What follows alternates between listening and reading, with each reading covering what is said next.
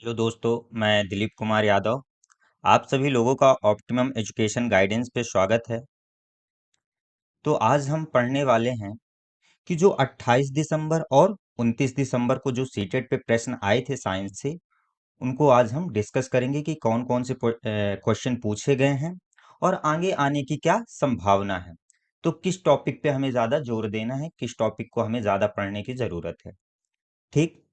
तो दोस्तों जिन किसी का भी आगे एग्ज़ाम है, वे हमें ये जो हमारा व्हाट्सएप नंबर दिया हुआ है 8982033323 इस व्हाट्सएप नंबर पे अपना जो जो भी आप पेपर दे के आओ तो जो क्वेश्चन रहे वो सेंड कर देना, या कि हमें आप ये इंस्टाग्राम आईडी है इस पे भी आप सेंड कर सकते हैं। तो चलिए क्वेश्चनों की ओर चलते हैं कि क्या क्या क्वेश्चन पूछे गए थे। तो एक क्वेश्चन ये आया था कि व्यक्तियों के कार्यों के बारे में निम्नलिखित में से कौन सा वाक्य सही नहीं है। तो आप लोग क्वेश्चन को सही से पढ़िएगा। तो यहाँ पे देखिए क्या पूछा है, नहीं है। तो देखो, पहला क्या ऑप्शन था कि पत्तियां पानी और भोजन को स्टोर कर सकती हैं, तो बिल्कुल कर सकती हैं। पत्तियों में पानी और पोषक तत्वों को ले जाने के लिए छोटे पाइप होते हैं, बिल्कुल होता है। और जो पत्तियों में जो पेड़ पौधों में पानी ले जाने का काम कौन करता है, जाइलम। और जो भोज्य पदार्थों फूड का ले जाने का काम कौन करता है, फ्लोएम। ठीक, तो ये तो ऑप्शन सही है। कुछ पौधों की पत्तियां जनन में सहायक होती हैं, बिल्कुल होती हैं। क्लोरोफिल रहित पत्तियां प्रकाश संश्लेषण द्वारा भोजन बनाती हैं। तो क्या ऐसा कोई प्लांट है जो विदाउट क्लोरोफिल के फोटोसिंथेसिस करता हो और वह जीवित हो? तो विदाउट क्लोरोफिल के तो फोटोसिंथेसिस पॉसिबल ही नहीं है। तो ये अपना जो नहीं का भाई, यानी कि जो ये गलत का भाई गलत हो जाएगा, मतलब अपना डी आंसर सही हो जाएगा। ठीक, नेक्स्ट क्वेश्चन की ओर आगे बढ़ते हैं अब अपन। अगला क्वेश्चन था कि पत्तियां कांटों में रूपांतरित हो जाती हैं। तो ऐसे कौन से प्लांट हैं जिनकी पत्तियां कांटों में रूपांतरित हो जाती हैं? ओपैंटिया या प्याज या रेशमी कपास या मटर?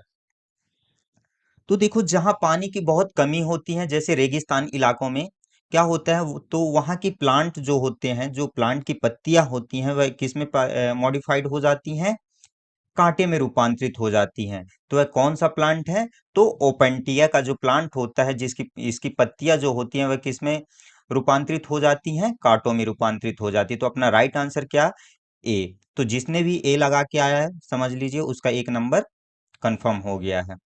नेक्स्ट क्वेश्चन पूछा गया था कि निम्नलिखित में से कौन सा एक सरल ऊतक नहीं है। तो इस पे सरल ऊतक पूछा गया था, सिंपल टिश्यू नहीं है। तो जाइलम, पैरेनकाइमा, कोलेनकाइमा या स्क्लेरेनकाइमा? तो आप लोगों ने इसका क्या आंसर लगाया था? तो देखो, यहाँ पे जो टिश्यूज होते हैं वह कितने टाइप से पाए जाते हैं, टू टाइप से। एक हो गया सिंपल और दूसरा कॉम्प्लेक्स। तो सिंपल टिश्यूज कौन कौन से आते हैं? तो सिंपल टिश्यू पे आता है अपना पैरेनकाइमा, कोलेनकाइमा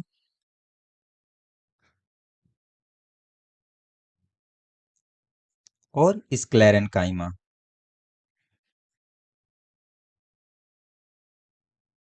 कॉम्प्लेक्स टिश्यू में कौन कौन से आते हैं? जाइलम और फ्लोएम। तो अपना राइट आंसर इसमें क्या हो जाता, जाइलम। तो जिसने भी जाइलम लगाया है उनका सही है। तो जाइलम क्या काम करता है, अभी हमने बताया था। जाइलम जैसे जाइलम और जैसे ये क्या करता है, जल ले जाने का, जड़ से जल ले जाने का मतलब पानी पहुंचाने का काम कौन करता है, जाइलम करता है। और जो भोज्य पदार्थ है, फूड संवहन का काम कौन करता है, फ्लोएम करता है।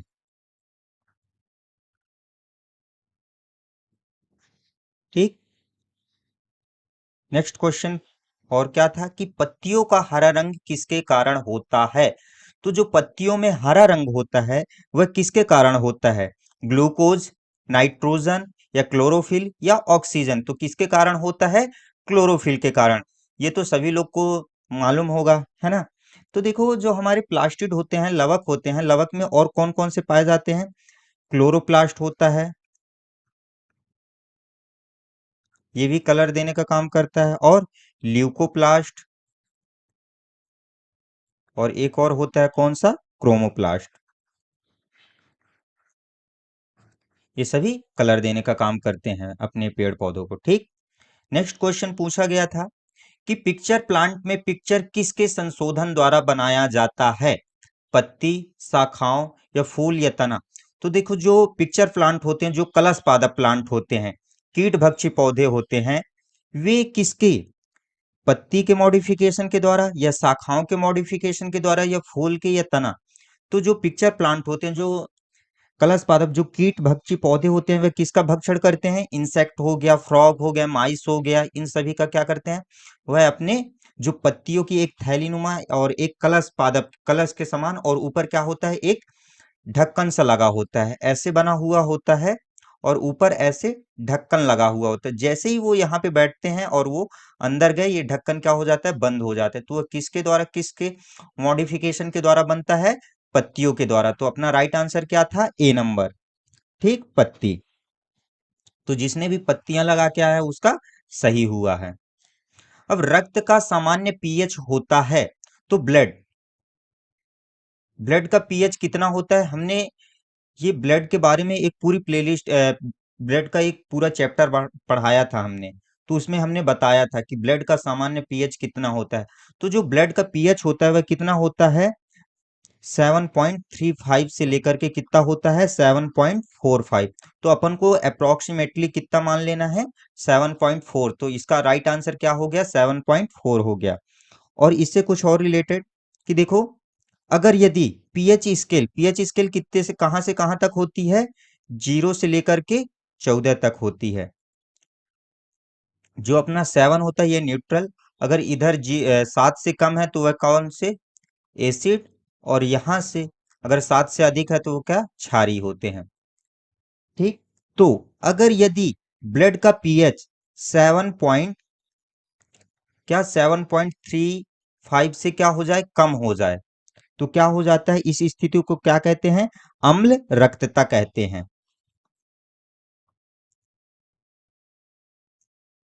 अम्ल रक्तता कहते हैं, इसी को अपन एसिडोडिस बोलते हैं,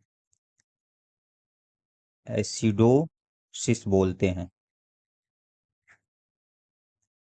और यदि पीएच की वैल्यू 7.45 से क्या हो जाए, अधिक हो जाए, तो उसमें क्या, उस कंडीशन में क्या होता है, उसको क्षारमयता कहते हैं।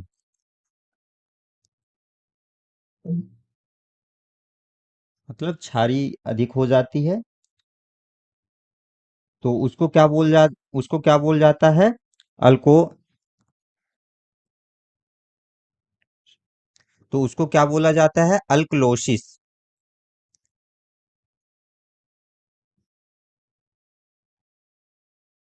ठीक, और अगर बात करें ब्लड, तो देखो, ब्लड के टू पार्ट्स होते हैं, एक वह सॉलिड में रहता है और एक लिक्विड फॉर्म में। तो सॉलिड में कौन कौन से होते हैं, सॉलिड पे आ जाता है अपना आरबीसी, डब्ल्यूबीसी, और प्लेटलेट्स। तो जो सॉलिड पार्ट होता है, सॉलिड पार्ट कितना होता है, 45% होता है। और जो लिक्विड पार्ट, तो लिक्विड पार्ट पे कौन आता है, प्लाज्मा आ जाता है। प्लाज्मा में जो जल होती है, जल की मात्रा कितनी पाई जाती है, 90 से 92% तक। तो ये रहा ब्लड के बारे में। ब्लड के बारे में और आप पढ़ लीजिएगा, क्योंकि कल भी देखा गया था ब्लड के बारे में क्वेश्चन, और 28 को भी देखा गया था। ठीक, अब विटामिन, विटामिन से बहुत ज्यादा क्वेश्चन, 2 से 3 क्वेश्चन पर डे देखे गए हैं, यानी 28 को भी देखा गया है और 29 में भी आए हैं। तो विभिन्न प्रकार के विटामिन होते हैं। तो वसा में घुलनशील, या पानी में घुलनशील, या ए और बी दोनों, या उपरोक्त में से कोई नहीं। तो बताइए विटामिन क्या होते हैं। तो हमने बताया था कि जो विटामिन होते हैं वह वसा में भी घुलनशील होते हैं और पानी में भी घुलनशील होते हैं। तो जो फैट सॉल्यूबल विटामिन होते हैं, तो फैट सॉल्यूबल विटामिन कौन कौन से होते हैं, ए, डी, ई और के होते हैं।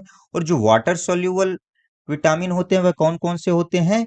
बी और सी होते हैं। तो इसका अपना राइट आंसर क्या चला जाएगा? सी नंबर, कि वसा में भी घुलनशील और पानी में भी घुलनशील। ठीक, नेक्स्ट क्वेश्चन की ओर आगे बढ़ते हैं। विटामिन सी मौजूद है, तो विटामिन सी किस में पाया जाता है?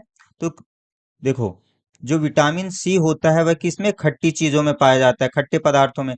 तो यहाँ पे कौन सा हो जाएगा अपना राइट आंसर? ए, टमाटर हो जाएगा। और इसके अतिरिक्त विटामिन सी विटामिन सी का केमिकल नेम क्या है? एस्कॉर्बिक एसिड है।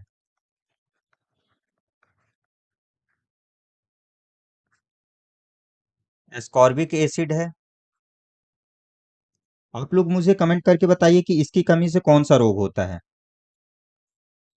कमेंट करके जरूर बताइएगा।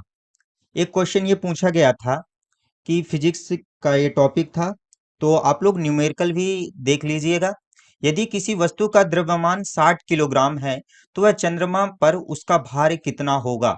ये पृथ्वी में भार दिया गया था, तो उसका यानी कि उसका द्रव्यमान कितना है? कोई वस्तु का द्रव्यमान 60 किलोग्राम है, तो वह चंद्रमा में कितना हो जाएगा? तो चंद्रमा में क्या हो जाता है? उसका 1/6 हो जाता है। तो देखो, न्यूटन में पूछा है तो न्यूटन का मान कितना होता है? 9.8।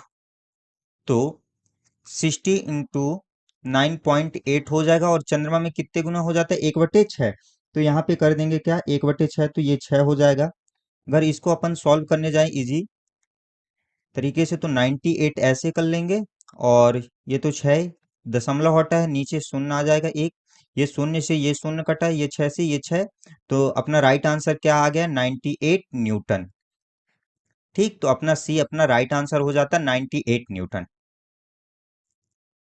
नेक्स्ट क्वेश्चन था कि चींटी के डंक में निम्न में से कौन सा अम्ल पाया जाता है? तो एसिड और बेस से भी क्वेश्चन काफी देखे जा रहे हैं। तो चींटी के डंक में कौन सा तो चींटी के डंक में कौन सा अम्ल पाया जाता है? तो फॉर्मिक एसिड पाया जाता है। ये हमने उस दिन 28 को भी बताया था। तो चींटी के डंक में कौन सा अम्ल पाया जाता है? फॉर्मिक एसिड पाया जाता है। और एसिटिक एसिड किस में पाया जाता है? तो जो एसिटिक एसिड होता है वह किस में पाया जाता है? विनेगर पे पाया जाता है। और जो साइट्रिक एसिड होता है, साइट्रिक एसिड किस में पाया जाता है? जो सिट्रस फ्रूट होते हैं कौन कौन से, जैसे लेमन्स हो गया, इनमें साइट्रिक एसिड पाया जाता है। और जो ऑक्जेलिक एसिड होता है, ऑक्जेलिक एसिड किस में पाया जाता है? जो अपनी पालक होती है ना, स्पाइनिच, उस पे पाया जाता है ऑक्जेलिक एसिड। ठीक, तो जिसने भी इसका फॉर्मिक एसिड लगाया उसका सही आंसर गया, एक नंबर उसने क्लियर कर लिया अपना। नेक्स्ट क्वेश्चन था कि सिरका में क्या पाया जाता है और चूने के पानी में क्या पाया जाता है? तो सिरका विनेगर में क्या पाया जाएगा और चूने के पानी में क्या पाया जाएगा? तो देखो, अभी हमने बताया था कि एसिटिक एसिड किस में पाया जाता है? विनेगर में। तो सिरका में क्या पाया जाएगा? Acetic acid. और चूने के पानी में क्या पाया जाता है? Calcium hydroxide. एसिटिक एसिड का सूत्र क्या होता है? CH3COOH। और जो चूने का पानी का क्या होता है? सॉरी, ये तो सिरका का सूत्र है ना। और चूने का पानी का क्या सूत्र होता है? CaOH का होल ट्वाइस। ठीक, तो CaOH, तो चूने के पानी में क्या पाया जाएगा? Calcium hydroxide. और सिरके में क्या पाया जाएगा? एसिटिक एसिड पाया जाएगा। राइट। नेक्स्ट क्वेश्चन की ओर आगे बढ़ते हैं कि ब्रह्मांड का सबसे चमकीला ग्रह कौन सा है? तो सबसे चमकीला ग्रह कौन सा है? बुध है, शुक्र है, पृथ्वी है, या शनि ग्रह है? तो इस पे से अपना राइट आंसर क्या जाने वाला था? क्या हुआ है? शुक्र। जो शुक्र ग्रह है वह सबसे चमकीला ग्रह है। शुक्र को और किस अन्य नामों से जाना जाता है? तो शुक्र को पृथ्वी की बहन भी कहा जाता है। इसी को भोर का तारा कहा जाता है, मतलब सुबह का तारा।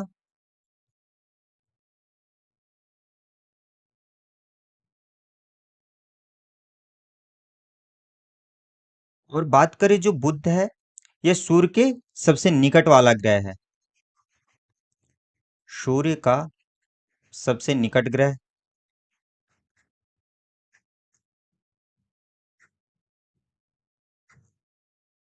और बुध के बारे में, यह सबसे अत्यंत गर्म ग्रह होता है। सबसे ज्यादा गर्म ग्रह कौन सा होता है? बुध।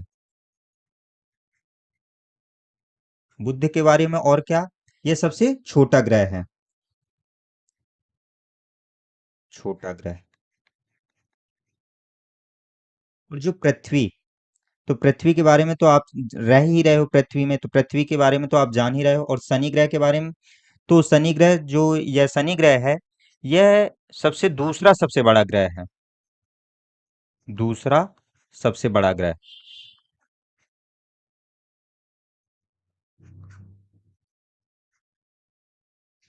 और ये किसके लिए जाना जाता है? तो यह अपने छल्लों के कारण जाना जाता है। जो इसमें रिंग्स होती हैं उनके कारण यह जाना जाता है। कौन? शनि ग्रह। ठीक। यहाँ पे तो सबसे छोटे ग्रह की, अगर सबसे बड़े ग्रह की बात की जाए, तो सबसे बड़ा ग्रह कौन सा होता है? बृहस्पति। और सबसे गर्म ग्रह की बात की जाए, तो सबसे गर्म ग्रह कौन सा होता है? शुक्र। ठीक। नेक्स्ट क्वेश्चन क्या पूछा गया था कि सौर मंडल का सबसे बड़ा ग्रह कौन सा है? देखिए, अभी हमने बताया और आप लोगों ने क्या लगाया था। तो सबसे बड़ा ग्रह कौन सा हो जाएगा? सबसे बड़ा ग्रह कौन सा है? बृहस्पति। तो जिसने भी बी आंसर बृहस्पति लगाया था, उनका सही हो गया। ठीक। और मंगल ग्रह को और किस नाम से, अन्य नाम से जाना जाता है? लाल ग्रह।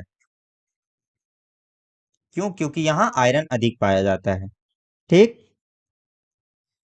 नेक्स्ट क्वेश्चन, दर्पण से। तो दर्पण से भी काफी क्वेश्चन पूछे गए हैं। तो दर्पण को भी एक बार आप लोग पढ़ लीजिएगा। तो दंत दर्पण किस प्रकार का दर्पण होता है?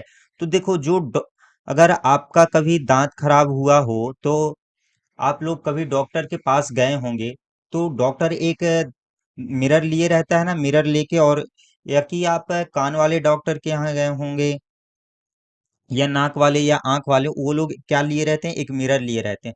तो वो लोग कौन सा मिरर लिए रहते हैं जिससे आपको यानी कि आपके जो दांत हैं, आंख है, इनको देखने का काम करते हैं? तो कौन सा दर्पण रहता है? अवतल दर्पण का यूज करते हैं। तो इसका राइट आंसर क्या हो जाएगा? अवतल दर्पण। Concave lens. Concave lens, sorry, concave mirror हो जाएगा, दर्पण है ना। और जो व्हीकल होती है, तो व्हीकल की हेडलाइट में कौन सा दर्पण का यूज करते हैं? तो उसमें उत्तल दर्पण का यूज करते हैं। ठीक, कॉन्वेक्स मिरर का। तो इस पे जिसने अवतल दर्पण लगाया था, उसका सही आंसर हो गया। जो अवतल दर्पण है, अवतल दर्पण का और किस में यूज करते हैं? और नाई की दुकान में देखेंगे, दाढ़ी बनाने के लिए इसका यूज करते हैं। दाढ़ी बनाने के लिए। ठीक। एक प्लांट सेल से काफी क्वेश्चन, दो तीन क्वेश्चन प्लांट सेल से भी आए हुए हैं। तो प्लांट सेल्स में पहला क्वेश्चन था कि कोशिका भित्ति के बारे में निम्नलिखित में से कौन सा कथन सत्य है? कोशिका भित्ति मुख्य रूप से लिपिड से बनी होती है। कोशिका भित्ति मुख्य रूप से स्टार्च की बनी होती है। या कोशिका भित्ति मुख्य रूप से प्रोटीन की बनी होती है। या कोशिका दीवार मुख्य रूप से सेलुलोज से बना है। तो इसमें से कौन सा स्टेटमेंट, कौन सा कथन सही होगा? तो जो सेल वॉल होती है, जो अपनी कोशिका प्लांट की सेल वॉल होती है, वह किससे बनी होती है? सेलुलोज से। तो इस पे अपना राइट आंसर क्या गया है? D number. तो जिसने भी डी लगाया होगा, सेलुलोज वाला लगाया होगा, वह उनका सही हुआ। ठीक। नेक्स्ट क्वेश्चन की ओर आगे बढ़े। एक ये क्वेश्चन पूछा गया था कि पादप कोशिका भित्ति मुख्य रूप से बनी होती है। अभी जस्ट हमने बताया, तो वह किसकी बनी होती है? सेलुलोज की। और अगर अभी नेक्स्ट क्वेश्चन ये भी बन सकता है कि प्लांट सेल और एनिमल सेल में क्या डिफरेंस है?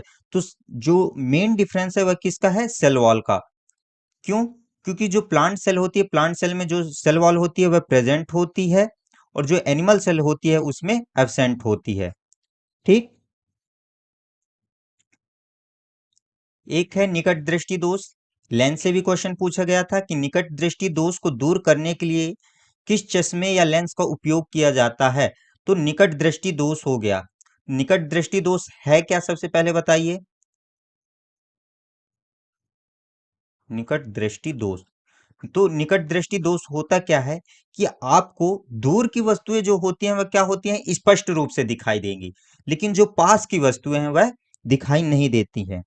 तो निकट दृष्टि दोष में हम कौन से लेंस का उपयोग करते हैं, अवतल लेंस का। तो इस पे अपना राइट आंसर क्या गया, कॉनकेव लेंस।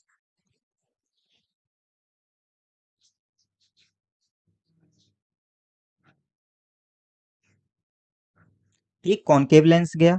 और हाँ, इसके अगर निकट दृष्टि दोष हो जाता है तो उसको कौन सी डिसीज बोला जाता है, तो उसको कौन सा बोला जाता है, मायोपिया।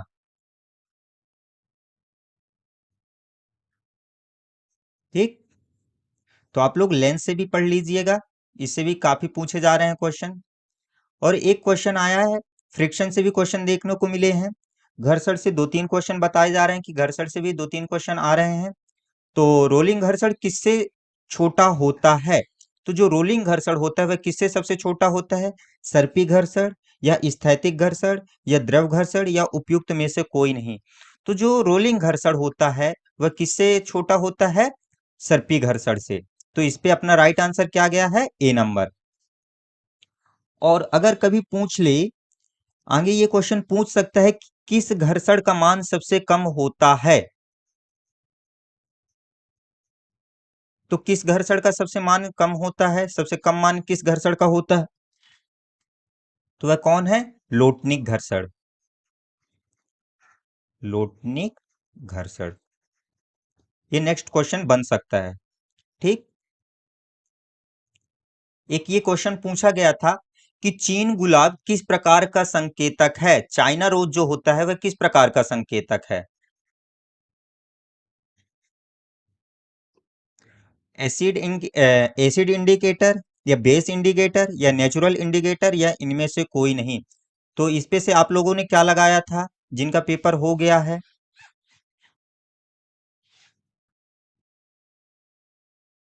तो इस पे से क्या हो जाएगा, नेचुरल इंडिकेटर। जो चाइना रोज होता है वह कैसा होता है, नेचुरल इंडिकेटर। तो इस पे अपना राइट आंसर क्या गया, सी नंबर, नेचुरल इंडिकेटर। ठीक, तो जो नेचुरल इंडिकेटर होते हैं, नेचुरल इंडिकेटर कौन कौन से होते हैं, एक तो ये है ही चाइना रोज, दूसरा आपका आपका टर्मरिक हो गया, और रेड कैवेज हो गई,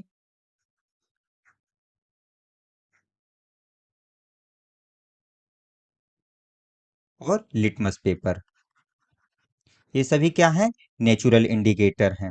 तो नेचुरल इंडिकेटर जो चाइना रोज है, ये चाइना रोज करता क्या है,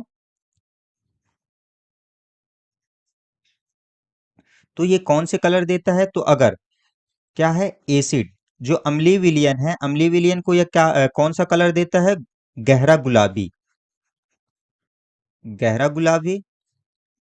अगला क्वेश्चन ये भी बन सकता है कि जो चाइना रोज है वह एसिड से क्रिया करके कौन सा कलर देता है, या क्षार से क्रिया करके कौन सा कलर देता है, तो ये बेस से क्रिया करके कौन सा कलर देता है, क्षारीय विलयन उसे हरा कलर देता है। ठीक, नेक्स्ट क्वेश्चन है विटामिन से। विटामिन से तो चार पांच क्वेश्चन देखने को मिल रहे हैं, तो विटामिन आप लोग एक बार अच्छे तरीके से पढ़ लीजिए। तो निम्नलिखित में से किस विटामिन को कोबालमिन के नाम से भी जाना जाता है, विटामिन B11, विटामिन B2 या विटामिन B6 या विटामिन B12। तो किस विटामिन को कोबालमिन के नाम से जाना जाता है, तो देखिए जो विटामिन बी होता है, विटामिन बी में उसके कई कॉम्प्लेक्स, तो vitamin B1, B2, B3, B5, B7, B9 और B12। तो जो कोबालमिन है, कोबालमिन किसको बोला जाता है, तो B12 को। तो इसका अपना राइट आंसर क्या गया, डी नंबर, विटामिन B12 को कोबालमिन। अब बताइए कि जो B1 है, तो इनके सभी के केमिकल नेम और इनसे होने वाली डिसीज, इनकी कमी से कौन सा रोग होता है, ये याद कर लीजिएगा। ठीक, तो B1 की कमी से, B1 का केमिकल नेम क्या है, थाइमिन। इसकी कमी से कौन सा रोग होता है, तो इसकी कमी से कौन सा रोग होता है, बेरी बेरी। और B2 का रासायनिक नाम क्या है, राइबोफ्लेविन।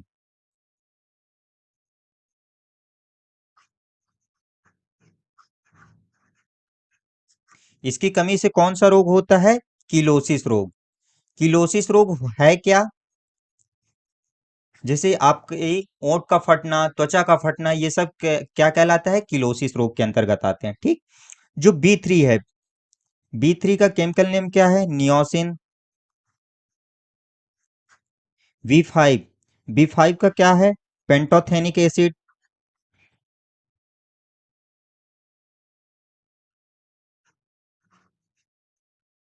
B7 का हमने B6 नहीं लिखा है ना, B6 का क्या है, पायरिडॉक्सिन। पायरिडॉक्सिन। बी सेवन का रासायनिक नाम क्या होता है, बायोटीन। B9 का क्या होता है, फोलेट, या इसी को अपन क्या बोलते हैं, फॉलिक एसिड। और B12, तो B12 का क्या होता है, साइनोकोबाल्मिन।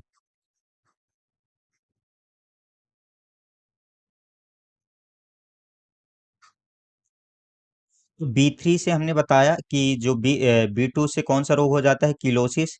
B3, B3 से कौन सा होता है, नियोसिन, पेलेग्रा रोग होता है।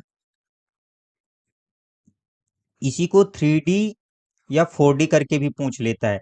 तो अगर 3D या 4D पूछे तो समझ लीजिए कि B3 नियासिन ही पूछ रहा है, पेलेग्रा रोग ही पूछ रहा है, ठीक ना। और जो B5, इससे कौन सा रोग होता है, पेरिस्टेशिया रोग होता है। पेरिस्टेशिया रोग होता है। B6 की कमी से कौन सा रोग होता है, एनीमिया रोग। B7, इसकी कमी से बालों का झड़ना।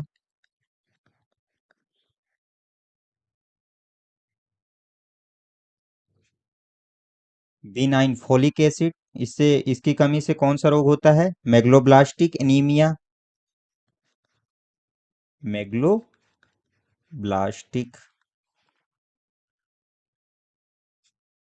एनीमिया। और जो B12 होता है, B12 की कमी से कौन सा होता है, पर्नीशियस एनीमिया होता है। पर्नीशियस एनीमिया रोग होता है। तो इसका अपना राइट आंसर क्या गया, विटामिन B12। विटामिन B12 में कौन सी धातु पाई जाती है, B12 में कोबाल्ट धातु पाई जाती है। ठीक, और जो विटामिन B है, विटामिन B कैसा है, वाटर सोल्यूबल है या फैट सोल्यूबल, तो यह कैसा है, वाटर सोल्यूबल है। वाटर सोल्यूबल में कौन कौन से आते हैं, B और C, बाकी जो बचे A D E और K, ये सभी क्या है, फैट सोल्यूबल है। ठीक, अब एक क्वेश्चन था कि विश्व भर में बच्चों में अंधेपन का प्रमुख कारण कौन सा है, तो अंधापन किसकी कमी से आता है, ग्लूकोमा या मोतियाबिंद या विटामिन A की कमी या रंग अंधापन, तो विटामिन A की कमी से। तो इस पे अपना राइट आंसर क्या गया, C नंबर। विटामिन A का केमिकल नेम क्या है, रेटिनॉल। कौन सा रोग होता है, रतौंधी।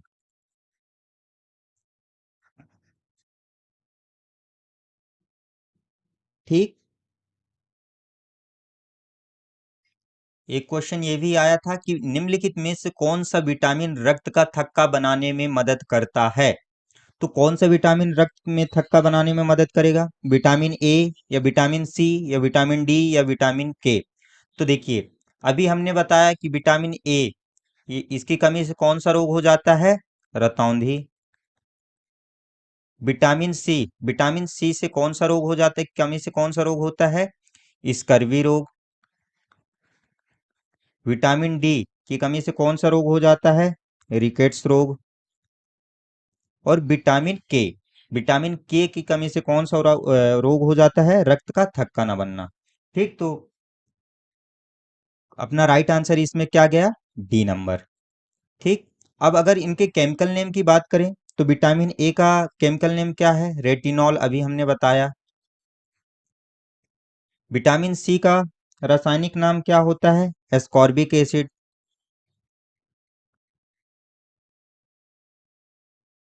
विटामिन डी का रासायनिक नाम क्या है? कैल्सीफेरॉल।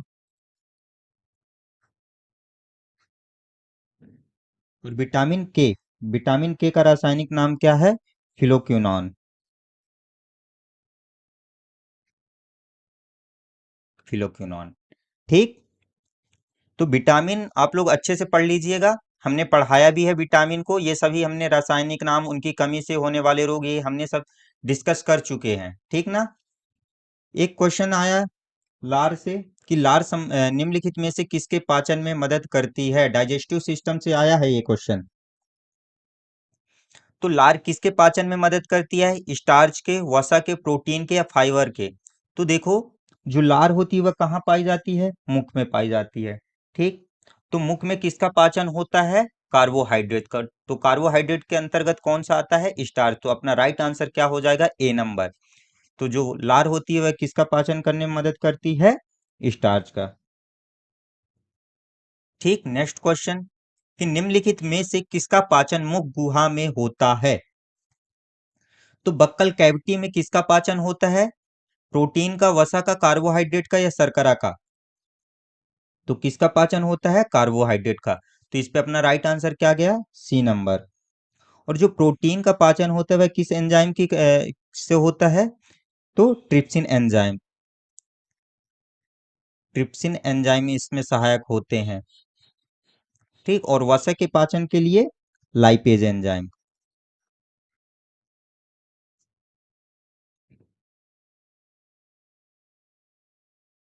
और अगर बात कर ले कि कार्बोहाइड्रेट, तो कार्बोहाइड्रेट के लिए एमाइलेज एंजाइम। ठीक। तो अगर पूछ सकता है ये नेक्स्ट क्वेश्चन ये बन सकते हैं कि प्रोटीन के पाचन के लिए कौन सा एंजाइम, या वसा के पाचन के लिए, तो ये इन सभी को पढ़ लीजिएगा। ठीक। और एनसीएफ 2005 बल देता है, तो एनसीएफ 2005, देखिए एनसीएफ 2005 से काफी क्वेश्चन पर डे देखे जा रहे हैं। फर्स्ट शिफ्ट पे भी एनसीएफ 2005 से क्वेश्चन आ रहे हैं, और सेकेंड शिफ्ट पे भी। तो अभी हम एनसीएफ 2005 के बारे में पढ़ने वाले हैं। तो अभी हम लास्ट में एनसीएफ 2005 के बारे में आप लोगों को मेन मेन पॉइंट बता देंगे कि एनसीएफ 2005 है क्या। तो जो एनसीएफ 2005 होता है वह किस पे सबसे अधिक बल देता है? करके सीखने पर, या रटने पर, या समस्या हल करने पर, या उपयुक्त में से सभी? तो जो एनसीएफ 2005 होता है वह किस पे बल देता है? करके सीखने पर। Learning by doing. Learning by doing, कि बच्चा करे, करके सीखे, करके सीखने पर। ठीक। तो अपना राइट आंसर क्या गया? ए नंबर। तो जिसने भी ए लगाया है उनका सही हो गया। नेक्स्ट क्वेश्चन है कि किसी वस्तु को पढ़ाने में फूलों के भाग विधि का क्या आप उपयोग करेंगे? तो अगर यदि आप फूल के बारे में पढ़ाने जा रहे हैं तो कौन सी विधि का आप वहां उपयोग करेंगे? व्याख्यान विधि, वैज्ञानिक विधि, या चर्चा विधि, या प्रदर्शन विधि? तो किस विधि का आप लोग उपयोग करेंगे? क्या व्याख्यान विधि का उपयोग करेंगे कि जाएंगे फूलों के बारे में बताएंगे चलेंगे आएंगे, या वैज्ञानिक विधि का, या चर्चा विधि का कि चर्चा करेंगे चले आएंगे? तो किस विधि का उपयोग करेंगे? बाकायदा हम एक फूल लेके जाएंगे, उन फूल को दिखाएंगे, उसके पूरे पार्ट्स दिखाई देंगे, है ना? तो किस विधि का? प्रदर्शन विधि का। तो इस पे अपना राइट आंसर क्या जाएगा? D number. नेक्स्ट क्वेश्चन क्या है कि राष्ट्रीय पाठचर्या 2005 में बहुभाषा को एक संसाधन के रूप में समर्थन दिया गया है, क्योंकि देखिए राष्ट्रीय पाठचर्या 2005 से फिर एक क्वेश्चन देखने को मिल गया है। तो जो राष्ट्रीय पाठचर्या 2005 है वो बहुभाषा को प्राथमिकता देता है। क्यों? ताकि वह क्या हो सके, एक तरीका जिसमें हर बच्चा सुरक्षित महसूस करता है, या भाषागत पृष्ठभूमि के कारण कोई भी बालक पीछे ना छूट जाए, या यह बालकों को अपने विकास के लिए प्रोत्साहन देगा। तो इस पे अपना राइट आंसर क्या जाएगा? तो देखो, अगर एक तरीका है जिसमें हर बच्चा सुरक्षित महसूस करता, अगर कोई बच्चा इंग्लिश मीडियम का है या हिंदी, और दूसरा हिंदी मीडियम का है, और वहां इंग्लिश मीडियम की पढ़ाई करवाई जा रही, तो जो छोटा बच्चा होगा, तो जो हिंदी मीडियम का होगा, वह अपने आप को क्या करेगा, संकोचवश बैठा रहेगा, अपने आप को सुरक्षित महसूस नहीं करेगा। तो इसलिए अगर आप बहुभाषा को, अगर आप उसकी भाषा को भी प्राथमिकता देंगे, तो उससे वह क्या होगा, उसकी भाषा में भी पढ़ाएंगे तो वह अपने आप को सुरक्षित महसूस करेगा। ठीक। और अगर भाषागत पृष्ठभूमि के कारण कोई भी बालक पीछे नहीं छूट जाएगा, अगर सभी भाषाओं के बारे में पढ़ाया जाए, सभी भाषाओं में पढ़ाया जाएगा, तो कोई भी बच्चा छूट नहीं पाएगा। अगर एक भाषा में पढ़ाओगे, तो जो अदर भाषा वाले हैं वो तो छूट जाएंगे ना। तो ये भी सही, ये भी स्टेटमेंट सही होगा, ये भी सही होगा। और सी नंबर क्या बोलते हैं, यह बालक को अपने विकास के लिए प्रोत्साहन देगा, बिल्कुल देगा, क्योंकि अगर वह अपनी लैंग्वेज में सीखेगा, तो वह क्या होगा, उसको प्रोत्साहन मिलेगा। तो इस पे अपना राइट आंसर क्या जाएगा, डी नंबर। ठीक। नेक्स्ट क्वेश्चन है कि एक कक्षा में लैंगिक भेदभाव, तो अगर लैंगिक भेदभाव होता है तो उससे क्या साइड इफेक्ट हो सकता है, या क्या प्रभाव नहीं पड़ेगा, या क्या देखने को मिलेगा, है ना। तो छात्रों के प्रदर्शन को प्रभावित नहीं करता है, या लैंगिक भेदभाव से छात्रों का प्रदर्शन कम हो सकता है, या उनका प्रदर्शन बढ़ सकता है, या पुरुष छात्रों के प्रयासों या प्रदर्शन की वृद्धि हो सकती है, या पुरुष शिक्षकों द्वारा उनकी महिला समकक्षों की तुलना में अधिक किया जाता है। तो अगर यदि लैंगिक भेदभाव, जेंडर डिस्क्रिमिनेशन होता है, जेंडर डिस्क्रिमिनेशन, तो देखो, अगर जेंडर डिस्क्रिमिनेशन होता है, अगर देखो, अगर आप लोग कभी लड़कियों को कम समझ लो, या किसी पक्ष में लड़कों को कम समझ लो, तो वहां पे क्या होगा, वहां पे उनमें क्या होगा, या कि जिद्दीपन आएगा, या कि मैं इस काम को नहीं ही करूंगी, या उस काम को अब मैं बिना किए नहीं छोड़ूंगी, ऐसा वाला सवाल वहां पे या ये उठेगा, है ना। तो उससे क्या होगा, अगर लैंगिक भेदभाव होगा, तो उससे क्या होगा, यह कि उनके प्रदर्शन में कमी आ सकती है, या प्रदर्शन में बढ़ोतरी हो सकती है। अगर उसमें जिद्दीपन आ गया कि नहीं, अब ये काम को मैं किए बिना नहीं छोड़ूंगी, तो यानी कि उसके उसके प्रदर्शन में क्या होगी, बढ़ोतरी होगी। या कि क्या हो सकता है, उसमें हीन भावना आ गई, तो उसने निगेटिव हो गई और वह छोड़ दी उस काम को, तो क्या हो गया, प्रदर्शन कम हो सकता है। तो इसका राइट आंसर क्या जाएगा, बी नंबर। ठीक। नेक्स्ट क्वेश्चन है कि शिक्षा के क्षेत्र में पाठ्यचर्या शब्द संदर्भित करता है, तो जो पाठ्यचर्या कैरिकुलम है वह क्या संदर्भित करेगा, शिक्षण से तरीके शिक्षण के तरीके और सिखाई जाने वाली सामग्री, या स्कूल का समग्र कार्यक्रम जिसे छात्र दिन आज यानी डे टू डे के आधार पर अनुभव करते हैं, या मूल्यांकन प्रक्रिया, या कक्षा में उपयोग की जाने वाली पाठ्य सामग्री। तो जो कैरिकुलम है, कैरिकुलम क्या कहता है कि ये बोलता है कि अगर बच्चों को जो भी सिखाया जाए, वह उसका जो कार्य है, वह उसके वास्तविक जीवन से संबंधित होना चाहिए, ताकि वह अगर अ, वो दूसरा भी काम करे, अगर पढ़ाई उसकी छूट जाए, तो वह क्या करे कि जो उसका जीवन है, यथार्थ जीवन है, उस जीवन में उस चीज को अपना सके, उसको अनुभव कर सके। तो इसका अपना राइट आंसर क्या जाएगा, बी नंबर। ठीक। यानी कि डे टू डे उसको अनुभव करता रहे, ठीक, अनुभव कर सके।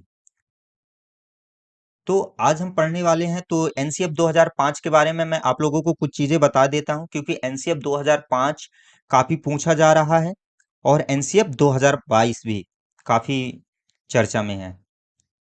तो एनसीएफ 2005 के बारे में क्या है कि सबसे पहली बात यह है कि इसमें जो जो अपनी शिक्षा है, यह पाठ पुस्तक केंद्रित न होकर के कैसी हो गई है, बाल केंद्रित। तो फर्स्ट पॉइंट है कि इसमें जो शिक्षा है वह कैसी है, बाल केंद्रित है।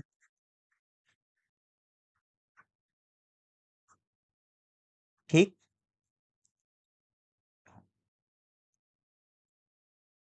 और अगर पूछ ले कि यह किसकी अध्यक्षता में तैयार किया गया है एनसीएफ 2005, तो किसकी अध्यक्षता में तैयार किया गया है? प्रोफेसर यशपाल। प्रोफेसर यशपाल। तो अब देखो, जो एनसीएफ 2005 है, तो उसमें से अगर शिक्षा की बात की गई, तो शिक्षा कैसी है? बाल केंद्रित शिक्षा है। और उसका मुख्य उद्देश्य क्या था?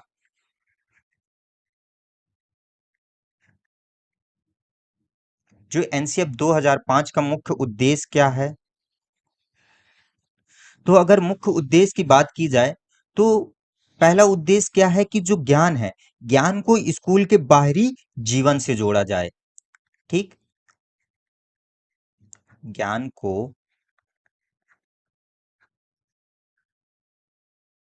स्कूल के बाहरी जीवन से जोड़ा जाए। तभी तो आजकल की शिक्षा को क्या बोला जाता है? व्यवसायिक शिक्षा बोला जाता है ना, ताकि वह, यानी कि जो उसका स्कूली शिक्षा है वह व्यवसाय में उसको उपयोग कर सके। और क्या बोला गया कि जो पढ़ाई रटंत है, रटंत प्रणाली से मुक्त किया जाए, रटने को प्राथमिकता नहीं दी गई है ना। तो रटंत प्रणाली को, रटंत प्रणाली को मुक्त करने की बात की गई है। रटंत प्रणाली को मुक्त करने की बात, मुक्त किया जाए। और एक, अभी हमने बताया कि कौन सी बाल केंद्रित होनी चाहिए, तो उसका उद्देश्य क्या है? बाल केंद्रित।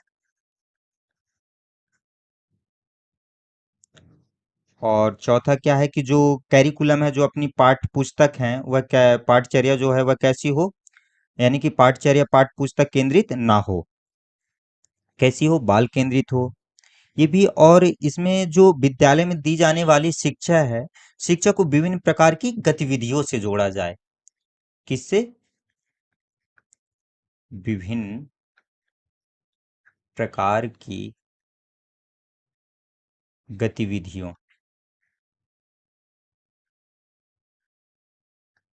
गतिविधियों से जोड़ा जाए। ठीक। तो ये रहा उसका मुख्य उद्देश्य। और जो एक और पॉइंट बोला गया है कि जो एनसीएफ 2005 में, कि जो बच्चे को, यानी बिना भार के अधिगम, बिना भार वाला अधिगम दिया जाना चाहिए। यानी कि जो पहले क्या है, बोझा, यानी कि कई सारी बुकें हमारे बैग में रख दी जाती थी और हमको, यानी कि लेके जाने के लिए बोल दिया जाता। तो अब जितना कम से कम बुकों का इस्तेमाल किया जा सके, जितना उनका बोझ कम किया जा सके, तो बिना भार के अधिगम की प्राथमिकता दी जा रही है। एक और पॉइंट है, ये भी पूछ सकता है, बिना भार का अधिगम।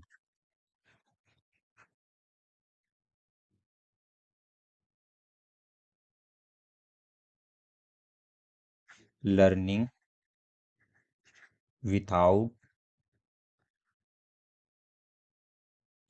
Learning without burden. ठीक।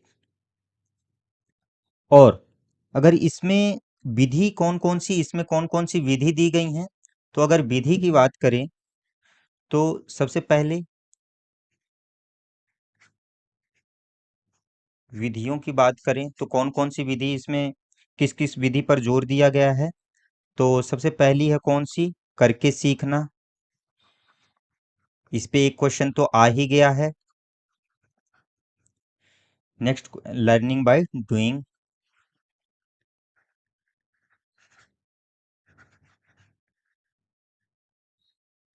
इसकी पीडीएफ हम अपने टेलीग्राम चैनल पे डाल देंगे, वहां से आप लोग देख लीजिएगा। और निरीक्षण विधि।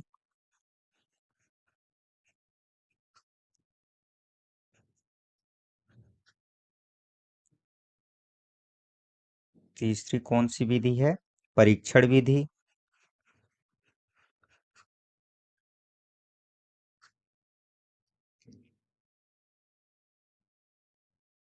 जो चौथी है वह कौन सी है? सामूहिक विधि।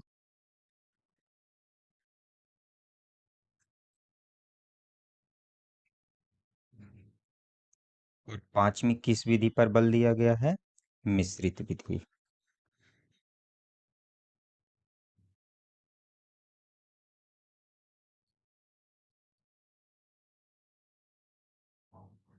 और यह कैसी है? बहुभाषावाद है।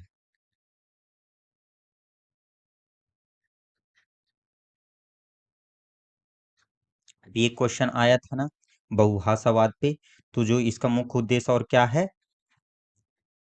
बहुभाषावाद। ताकि कोई बच्चा अपने आप को हीन भावना से न देखे, सबका विकास हो सके, है ना। और कुछ और पॉइंट हमने ऐड किया था कि एनसीएफ 2005 के अनुसार विज्ञान शिक्षा ऐसी होनी चाहिए जो विद्यार्थियों को इस प्रकार से समर्थ बना सके जिससे वह क्या करे कि अपने संज्ञानात्मक स्तर के अनुरूप विज्ञान के तथ्यों एवं धारणाओं को समझे और इसे प्रयुक्त करने के सक्षम हो। ये भी बात सही है। और उन तरीकों और प्रक्रियाओं को समझ सके जिससे वैज्ञानिक ज्ञान का सृजन किया जा सकता है। विज्ञान के ऐतिहासिक एवं विकास संबंधी परिप्रेक्ष्यों को समझ सके या और स्वयं को स्थानीय तथा वैश्विक परिवेश से संबंधित कर सके। जो पढ़ रहा है उसको यानी कि वहां से परिवेश से संबंधित कर सके।